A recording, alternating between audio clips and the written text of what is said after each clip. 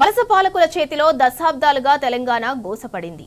స్వరాష్ట్రంలో ఆ కన్నీళ్లను తుడుస్తూ కేసీఆర్ ప్రభుత్వం అనేక చర్యలు తీసుకుంది. 2 జీవనదుల మీద భారీ ప్రాజెక్టులకు రూపకల్పన చేసింది. నీటి లభ్యత ఎక్కువ ఉండే గోదావరిపై బృహత్ కాళేశ్వరాన్ని నిర్మించింది. కృష్ణా జలాల సద్వినియోగానికి పాలమూరు రంగారెడ్డి ప్రాజెక్టుకు శ్రీకారం చుట్టింది. ఉమ్మడి మహబూబ్ నగర్ తో పాటు రంగారెడ్డి, నల్గొండ జిల్లాల్లోని 12.30 లక్షల ఎకరాలకు సాగునీరు అందించేందుకు కేసీఆర్ ప్రభుత్వం ఈ ప్రాజెక్టును చేపట్టింది. 90 టీఎంసీలు కేటాయించింది. కాంగ్రెస్ అధికారంలోకి రాగానే అంతా తారుమారైంది. ముందు చూపులేని పాలకులు పాలమూరును కకావికలం చేస్తున్నారు. హక్కు జలాలను ఆయకట్టు లక్ష్యాన్ని సగానికి కుదించుకున్నారు. శ్రీశైలాన్ని వదిలేసి పూడిక నిండిన జూరాలను నమ్ముకుంటున్నారు. పక్కనున్న కృష్ణా నీళ్లను వదిలేసి ప్రాణహిత నీళ్లు పట్టుకొస్తామని బీరాలు పలుకుతున్నారు. ఉమ్మడి పాలకులు ఒకవైపు కుట్రపూరితంగా చెరువులను ధ్వంసం చేసి మరోవైపు రంగారెడ్డి జిల్లాకు ఒక్క ప్రాజెక్టు ద్వారా కూడా సాగునీటిని అందించేందుకు చొరవ చూపలేదు. ఉమ్మడి రంగారెడ్డి జిల్లాకే 70 ఏళ్ల సమైక్య పాలనలో దక్కిన కృష్ణా జలాలు శూన్యం. ఆ కుట్రలకు చెక్ పెడుతూ రంగారెడ్డి జిల్లాకు సాగునీరు అందించేందుకు కేసీఆర్ సీఎం అయ్యాక ప్రణాళికను సిద్ధం చేశారు. PRSIS లో భాగంగా నిర్మిస్తున్న ఉద్దండాపూర్ రిజర్వాయర్ ద్వారానే దాదాపు 9 లక్షల ఎకరాల ఆయకట్టు ఉంది. అందులో అత్యధికంగా ఉమ్మడి రంగారెడ్డి జిల్లాకు సంబంధించిందే 5 లక్షల ఎకరాలు ఉండటం విశేషం.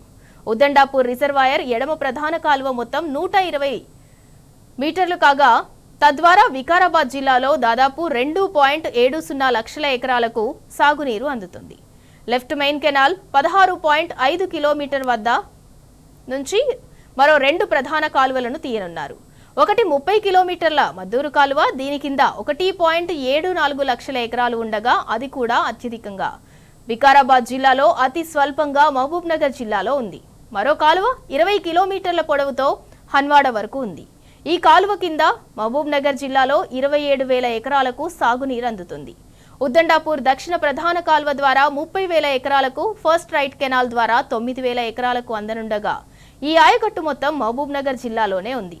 రెండవ రైట్ కెనాల్ ద్వారా మొత్తంగా రంగారెడ్డి జిల్లాలో 4 లక్షల ఎకరాలకు సాగునీరు అందుతుంది. కానీ రేవంత్ రెడ్డి సర్కార్ ఈ ప్రణాళికలన్నింటినీ బుట్టదాఖలు చేస్తోంది.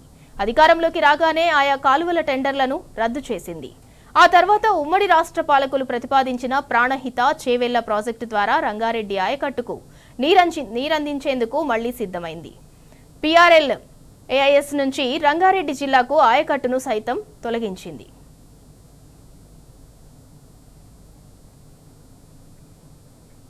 మరోవైపు కొడంగల్ లిఫ్ట్ ఏర్పాటుకు సిద్ధమైంది. అది కూడా కేవలం 1.50 లక్షల ఎకరాల ఆయకట్టుకే. శ్రీశైలం రిజర్వాయర్ నుంచి కొత్తగా లిఫ్ట్ ఏర్పాటు చేయకుండా భీమా ప్రాజెక్టులో భాగంగా నిర్మించిన బూత్పూర్ నుంచి అదనంగా మోటార్లను ఏర్పాటు చేయాలని నిర్ణయించింది. ఉమ్మడి పాలకులు సిద్ధం చేసిన ప్రతిపాదనతోనే పనులను చేపట్టడం కాంగ్రెస్ సర్కార్ ఆలోచన రీతికి అద్దం పడుతోంది. భీమా ప్రాజెక్టు డ్యూటీకి 10,000 ఎకరాల నుంచి ఏకంగా 15,000 ఎకరాలకు పెంచింది. తద్వారా 20 టీఎంసీల నికర జలాల్లో 7.33 టీఎంసీలు ఆదా అవుతోందని చూపించి కోత విధించింది. 12.67 టీఎంసీల నీటితో భీమా కింద 2 లక్షల ఆయకట్టు అవసరాలను తీర్చవచ్చని నిర్ధారించింది. భీమా ఆయకట్టు రైతులకు చెందాల్సిన 7.38 టీఎంసీల జలాల్లో 7.11 టీఎంసీలను మక్తల్, నారాయణపేట, కొడంగల్ ఎత్తిపోతల పథకానికి కేటాయించడం గమనార్హం.